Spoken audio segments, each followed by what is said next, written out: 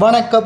சற்று முன் கிடைக்கப்பெற்ற மிக முக்கியமான செய்தி ஒன்று வெளியாகி உள்ளது.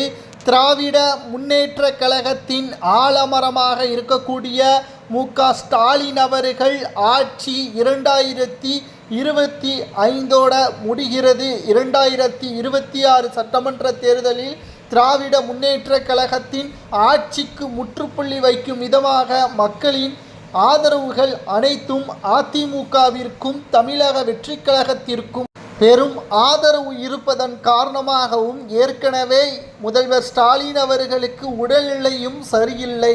மேலும் சட்டமன்ற தேர்தலில் பெரும் தோல்வியை தழுவினால் நிச்சயம் மு.க. ஸ்டாலின் அவர்களுக்கு உடல்நிலை சரியில்லாத நிலைமை கூட வரலாம். இதற்காகவே சட்டசபை தேர்தலுக்காக மு.க. ஸ்டாலின் அவர்களை பாதுகாக்கக்கூடிய பொறுப்பு உதயநிதி ஸ்டாலின் அவர்களுக்குத்தான் இருக்கிறது.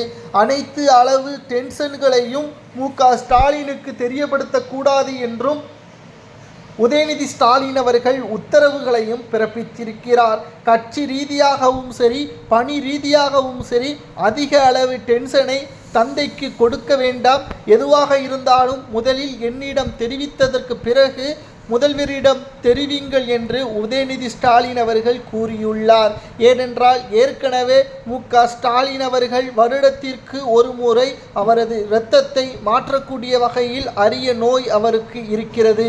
இதனால் கடந்த ஆண்டே அவர் இறுதியில் அமெரிக்காவிற்கு சென்று அதிகாரப்பூர்வமான ஏற்பாடாக அமெரிக்கா பயணம் என்று கூறி அவரது உடல்நிலையை பார்த்து கொண்டார்.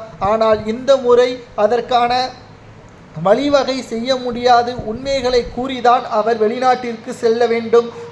வருடம் நீங்களே பார்த்திருப்பீர்கள். அமெரிக்கா, பிரான்ஸ், லண்டன் போன்ற நாடுகளுக்கு சென்றது தமிழக வளர்ச்சியை அதிகரிப்பதற்காக கிடையாது. அவரது உடல்நிலை அதிகரித்து மீண்டும் தமிழகத்திற்கு திரும்புவதற்குத்தான்.